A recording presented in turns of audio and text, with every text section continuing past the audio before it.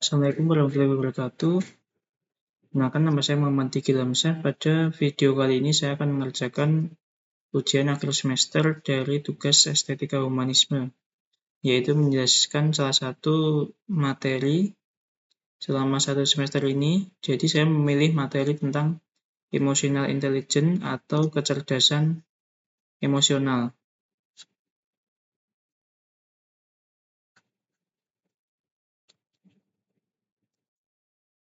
Oke, jadi pengertian kecerdasan emosional.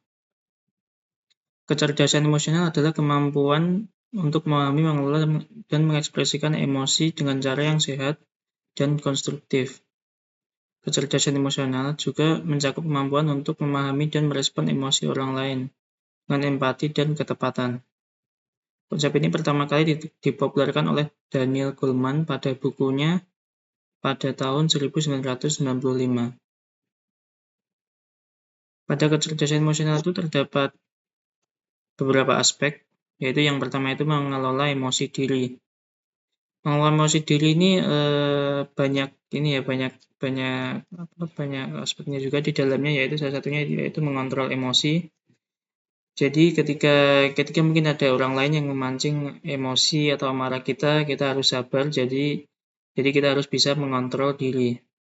Lalu pada mengelola emosi diri ini juga terdapat pemikiran positif. Jadi ketika ada orang lain yang mengejek kita atau membuat kita marah, kita harus selalu berpikir positif, atau kita abaikan saja omongan orang tersebut. Selanjutnya masih nomor 1, yaitu ada juga penyesuaian diri terhadap situasi baru. Jadi ketika kita berpindah, contohnya saja berpindah pekerjaan atau berpindah rumah, ketika kita datang di suatu komplek atau kantor baru, kita harus menyesuaikan di lingkungan tersebut. Jadi kadang ada lingkungan yang baik dan ada juga lingkungan yang toksik. Jadi kita harus menyesuaikan lingkungan tersebut, kita ambil sisi positifnya saja. Jadi jangan terbawa atau tersulut emosi pada lingkungan yang memancing emosi kita. Selanjutnya juga ada disiplin diri. Disiplin diri ini atau disiplin diri menjaga fokus dan motivasi. Jadi maksudnya dari segala ujian yang diberikan oleh lingkungan kita, ketika kita baik itu emosi, lalu mungkin ada emosional sedih juga, kita harus disiplin mengendalikan diri dengan selalu memotivasi diri kita bahwa setiap ujian akan berlalu. Oke, selanjutnya yaitu nomor 2, ini mengendalikan emosi orang lain. Jadi maksudnya di sini mengendalikan emosi orang lain adalah lebih tepatnya kita mempengaruhi atau membantu orang lain mengelola emosi mereka. Ini merupakan keterampilan penting dalam kecerdasan emosional. Hal ini juga yang melibatkan kemampuan kita untuk mengenali, memahami, dan merespon emosi orang lain dengan cara membantu mereka merasa lebih baik. Jadi contohnya di sini ketika mungkin teman atau baik itu teman atau keluarga itu ketika sedang curhat kepada kita bisa memberikan masukan atau saran. Entah nanti mereka terima atau tidak, setidaknya kita berusaha untuk mengendalikan emosi mereka yang awalnya mungkin dari marah menjadi tidak marah, yang dari sedih menjadi tidak sedih. Jadi intinya kita berusaha untuk mengendalikan emosi orang lain agar menjadi positif. Selanjutnya, nomor 3 yaitu memantau perasaan sosial. Jadi maksudnya di sini memantau perasaan sosial itu ialah mengenali dan memahami perasaan orang lain. Ini termasuk juga kemampuan untuk membaca isyarat nonverbal seperti ekspresi wajah, gestur tubuh, dan intonasi suara. Memantau perasaan sosial ini juga melibatkan kemampuan untuk memahami konteks sosial dan budaya, serta mempertimbangkan bagaimana perasaan orang lain dipengaruhi oleh faktor-faktor budaya, kepercayaan, dan pengalaman masa lalu.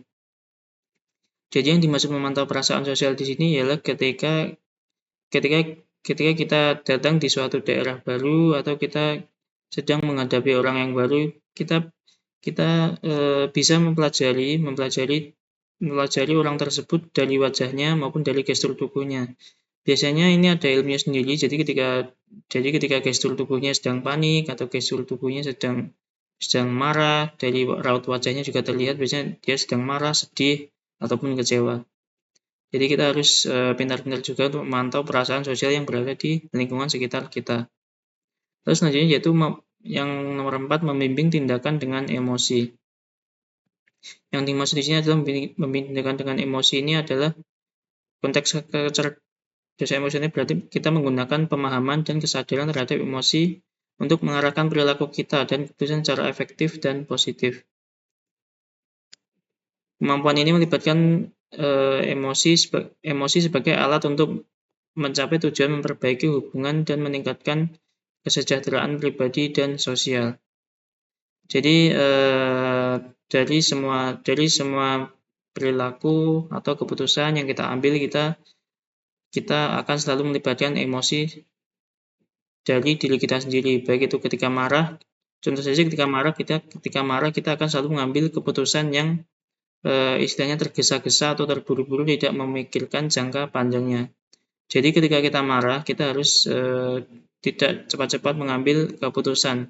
Kita harus mengambil keputusan pada posisi yang kita tenang, ataupun itu tidak sedih dan juga tidak marah. Jadi kita harus mengambil keputusan pada waktu tersebut. Kalau tidak, biasanya kita akan mengambil keputusan yang akan kita sesali di belakangnya.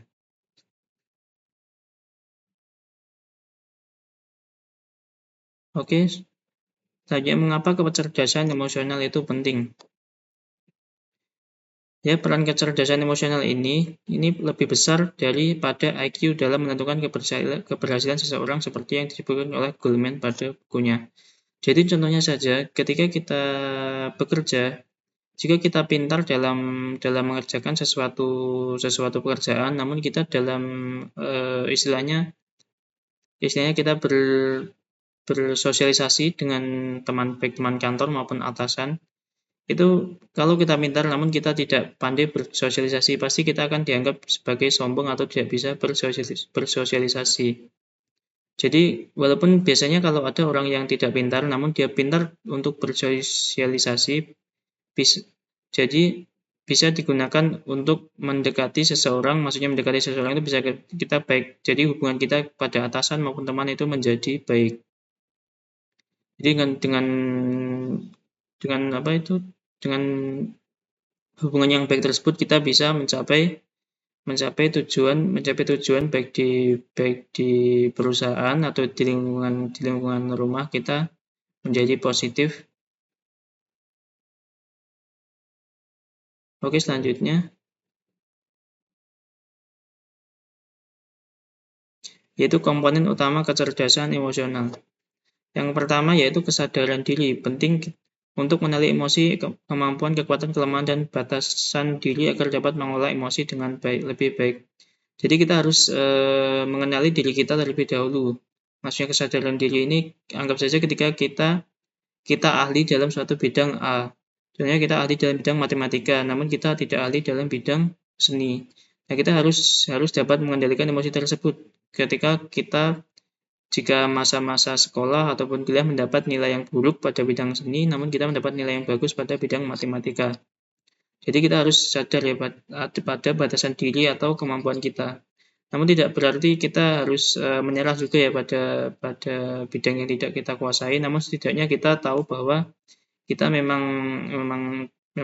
tidak semua orang itu bisa ahli dalam semua bidang.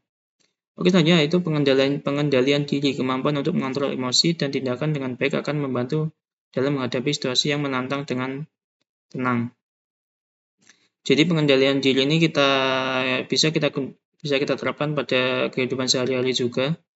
Jadi yang dimaksud pengendalian diri ini hampir sama seperti tadi. Jadi ketika kita emosi atau marah, baik sedih, itu kita harus tetap mengendalikan diri kita untuk mengambil keputusan yang efektif dan juga positif. Selanjutnya yaitu motivasi. Motivasi ini bermaksud untuk memungkinkan seseorang untuk tetap fokus dan bertahan untuk mencapai tujuan meskipun dalam kondisi sulit. Jadi anggap saja ketika kita sedang mengalami kesulitan, baik itu ujian atau baik itu ujian sekolah, ujian hidup, itu kita harus tetap berusaha untuk mempertahankan motivasi kita agar kita tidak menyerah.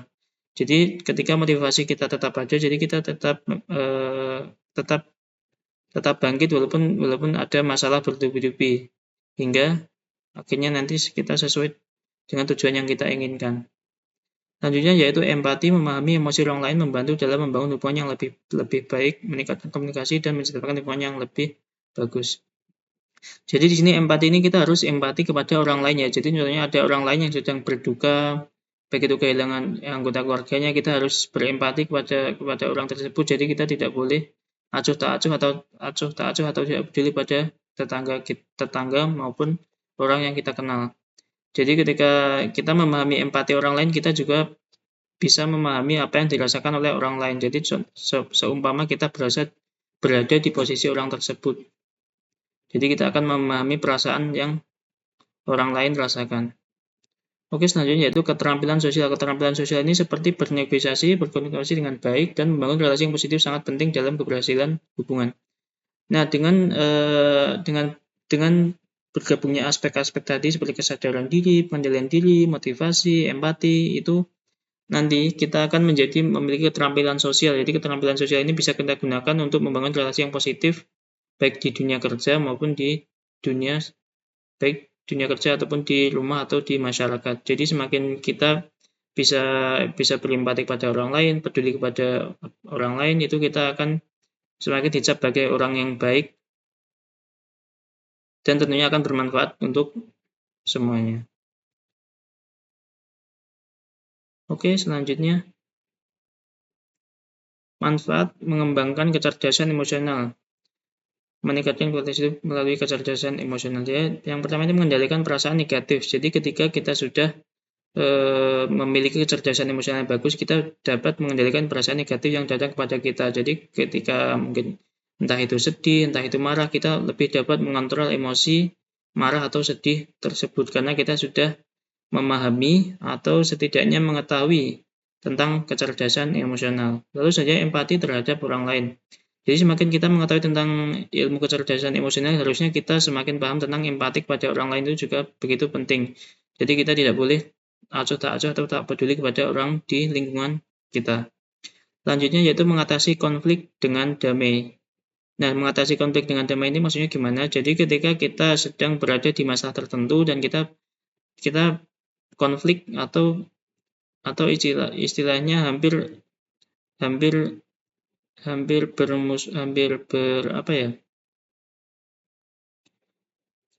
kita hampir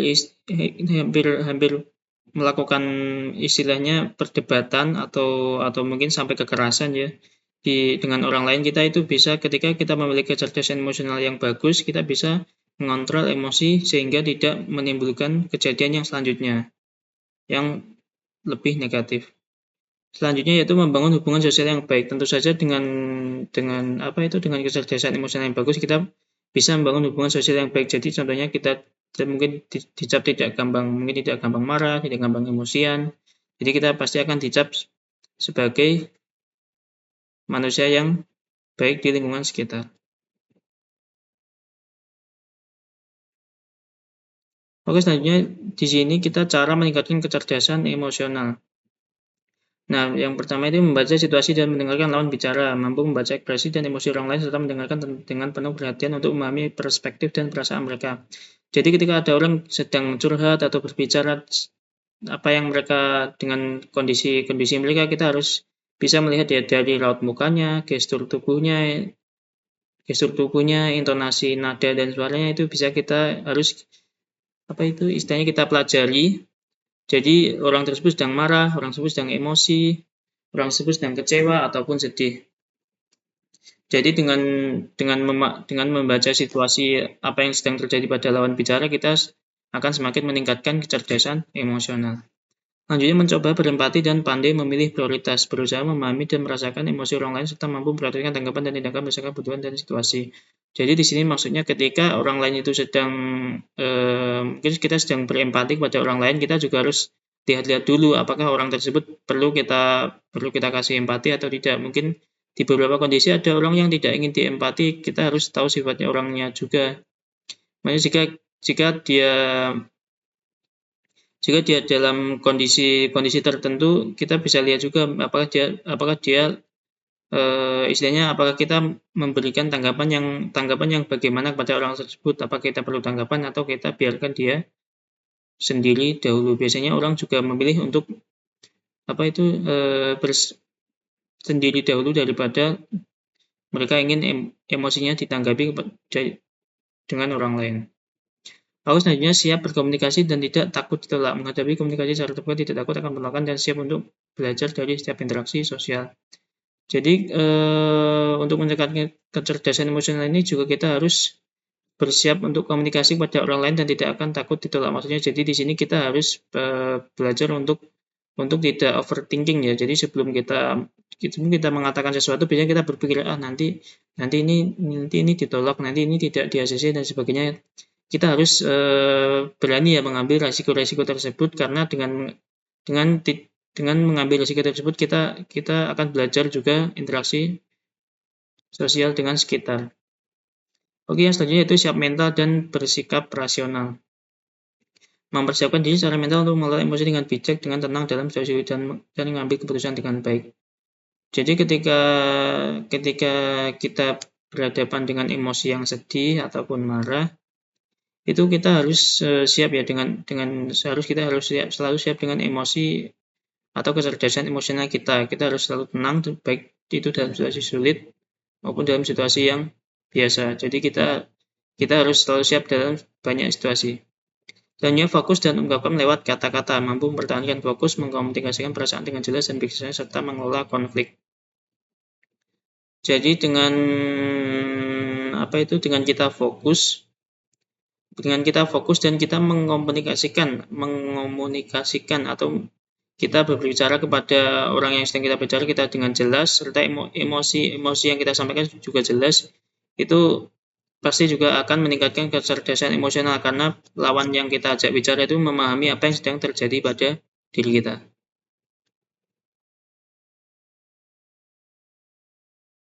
Contohnya saja kita aplikasikan kecerdasan emosional di kehidupan pribadi. Dengan ini kita dapat meningkatkan hubungan interpersonal, meningkatkan kemampuan berkomunikasi dan berempati, memperkuat ikatan emosional dengan keluarga dan juga teman.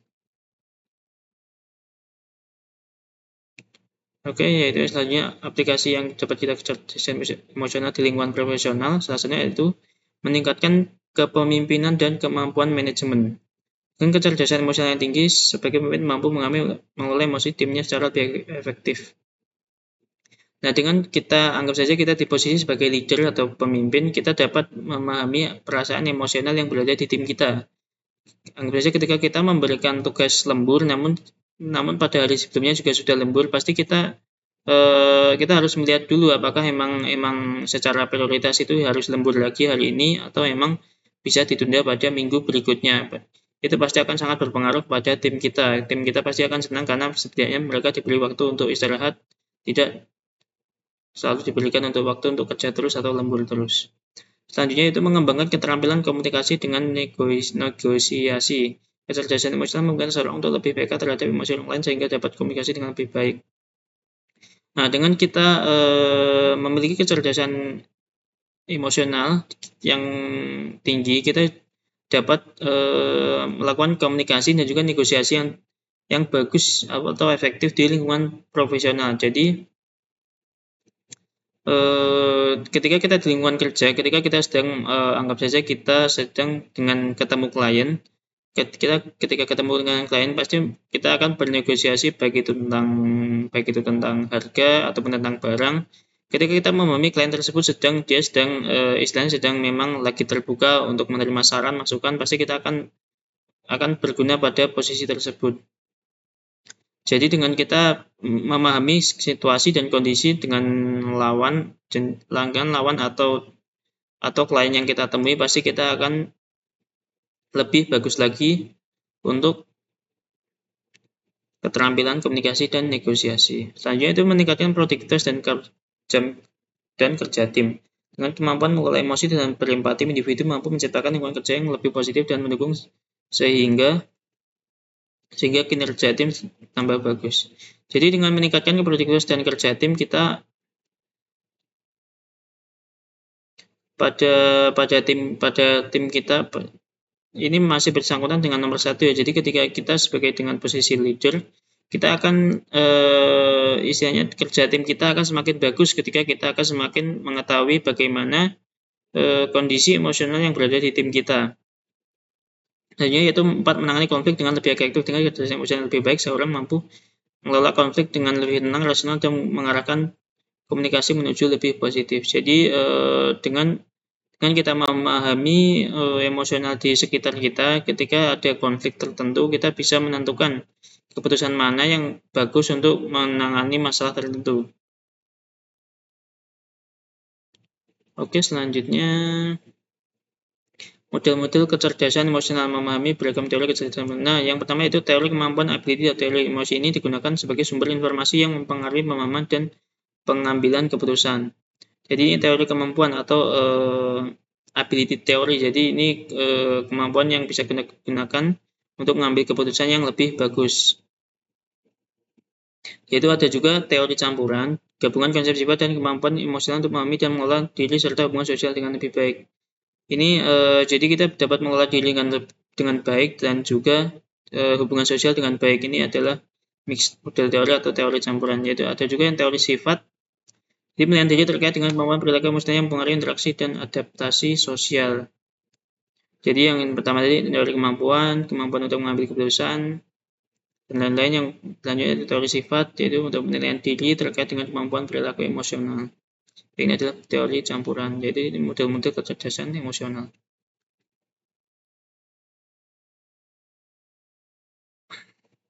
Ciri-ciri orang yang memiliki kecerdasan emosional tinggi. Yang pertama itu mengendalikan emosi negatif. Ya, tentunya dengan orang yang memiliki kecerdasan emosional tinggi, pasti dia dapat mengendalikan emosi negatif yang datang kepada dirinya. Pasti dia sudah berpikir ketika dia datang emosi negatif, pasti dia sudah sadar dan segera menghindarinya. Hanya berpikir dan bertindak dengan tujuan. Dengan hal ini, berpikir dan bertindak dengan tujuan ini yang dimaksud yaitu ketika kita sedang menghadapi emosional tertentu, emosional baik itu marah ataupun sedih, kita tetap bisa mengambil keputusan dengan baik karena kita tahu apa yang sedang terjadi pada diri kita karena kita sedang marah ataupun kita sedang sedih. Jadi kita pasti biasanya akan menunggu sampai kondisi kita stabil baru kita mengambil keputusan dan bertindak sesuai kondisi kita ketika stabil. Selanjutnya, memiliki empati dan kesadaran diri. Tentunya dengan kecerdasan emosional yang tinggi, pasti kita memiliki kesadaran diri kita memiliki batasan atau limit tertentu dan juga memiliki empati kepada orang lain di sekitar kita. Selanjutnya yaitu komunikasi yang efektif dan positif. Tentunya dengan ini kita bisa melihat gestur tubuh orang lain atau raut wajah orang lain ketika dia sedang menyampaikan emosi, dia ingin segera pergi atau dia ingin marah, dia sedang sedih. Pasti kita bisa melihat kondisi orang yang kita ajak bicara, jadi komunikasi kita lebih efektif. Selanjutnya, ciri-ciri kecerdasan emosional rendah. Tindakan berdasarkan perasaan.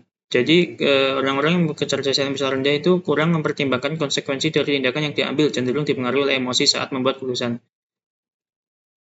Nah, ini tentunya ketika marah atau sedih dengan kondisi stabil, itu pasti akan beda ya keputusan yang kita ambil. Nah, yang ini faktor yang mempengaruhi kecerdasan emosional. Nah, faktor internal segi jasmani dan psikologis individu. Faktor internal mencakup kondisi fisik dan psikologis serta seperti kesehatan fisik, stabilitas mental, dan kemampuan mengelola emosi. Nah, ini dari segi internal kita dari kondisi fisik, psikologis seseorang, pasti setiap orang memiliki kondisi fisik dan psikologi yang beda-beda ya. Jadi dengan kondisi yang beda-beda tersebut pasti kecerdasan emosional masing-masing orang juga berbeda. Ini ada faktor eksternal stimulus dan lingkungan yang sekitar individu bukan saja melibatkan pengaruh dari lingkungan sekitar termasuk internal sosial tekanan perkembangan dan budaya yang dapat mempengaruhi secara orang masing-masing. Nah, tentunya dari masing-masing orang memiliki lingkungan dan juga lingkungan kerja maupun lingkungan masyarakat yang berbeda. Jadi ketika lingkungan masyarakat itu anggap saja lingkungan masyarakat dia toksik, dia tetangganya sering marah-marah ataupun gimana pasti orang tersebut biasanya juga cenderung akan mengikuti lingkungan yang berada di lingkungan tetangganya. Jadi biasanya ini juga dipengaruhi oleh faktor lingkungan. Peran penting kedua faktor dalam perkembangan kecerdasan emosional. Kedua faktor tersebut saling berhubungan dalam membentuk kecerdasan emosional, di mana keseimbangan antara faktor emosional dapat memperkuat kemampuan dalam mengelola emosi dengan baik. Jadi faktor internet yang eksternal ini sangat mempengaruhi ya. Nanti ketika kita semakin dewasa itu kita harus memahami dengan baik apa itu kecerdasan emosional. Jadi kita bisa memilah-milah. Kita harus berempati dengan orang lain. Kita tahu batasan diri kita. Dan kita tidak gampang marah. Selanjutnya kecerdasan emosional di era digital. Nah ini maksudnya di sini saya juga membahas tentang kecerdasan emosional di ruang virtual ya. Maksudnya ruang virtual. Jadi kan sekarang itu sudah banyak virtual yang dimaksud ini adalah seperti meeting ataupun kita sedang mengobrol itu secara virtual ya. Jadi bisa lewat video call ataupun lewat video Zoom meeting. Biasanya kita meeting dengan teman kantor atau dengan guru atau dengan dosen kita. Jadi ini semua kan hampir di dunia ini sekarang juga sudah modelnya virtual. Jadi pentingnya kecerdasan emosional di dunia virtual ini adalah ia menjadi kunci secara efektif di dunia digital memungkinkan pengguna untuk memahami dan merespon perasaan secara lebih baik. Nah, baik secara virtual maupun langsung kita bisa lihat juga ya ketika di virtual itu kita kan bisa melihat gestur tubuh mereka ataupun wajah mereka itu pasti tetap terlihat ya. Jadi ketika mereka on cam bisa terlihat dari wajah mereka terlihat emosi ataupun sedih.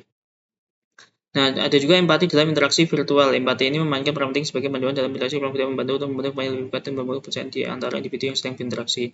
Nah, menurut saya ketika kita video call atau melakukan kita Zoom meeting kepada teman ataupun kepada guru kita, dosen kita harus kita harus berempati. Anggap saja ketika dosen kita on cam lalu kita tidak on cam, pasti itu akan mempengaruhi juga ya.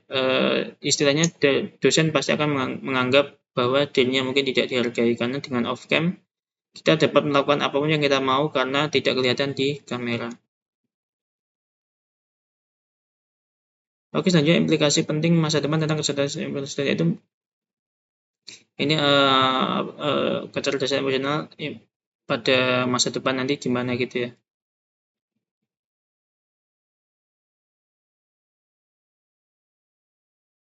Oke, yaitu kesimpulan dan aksi kecerdasan emosional adalah yaitu kesimpulan dari emotional intelligence atau kecerdasan emosional yaitu kunci untuk membangun hubungan yang sehat dan produktif yaitu tentu saja kecerdasan emosional. Dengan memahami dan mengembangkan kecerdasan emosional kita dapat menciptakan interaksi yang lebih baik dan mencapai kesuksesan yang dalam berbagai aspek kehidupan.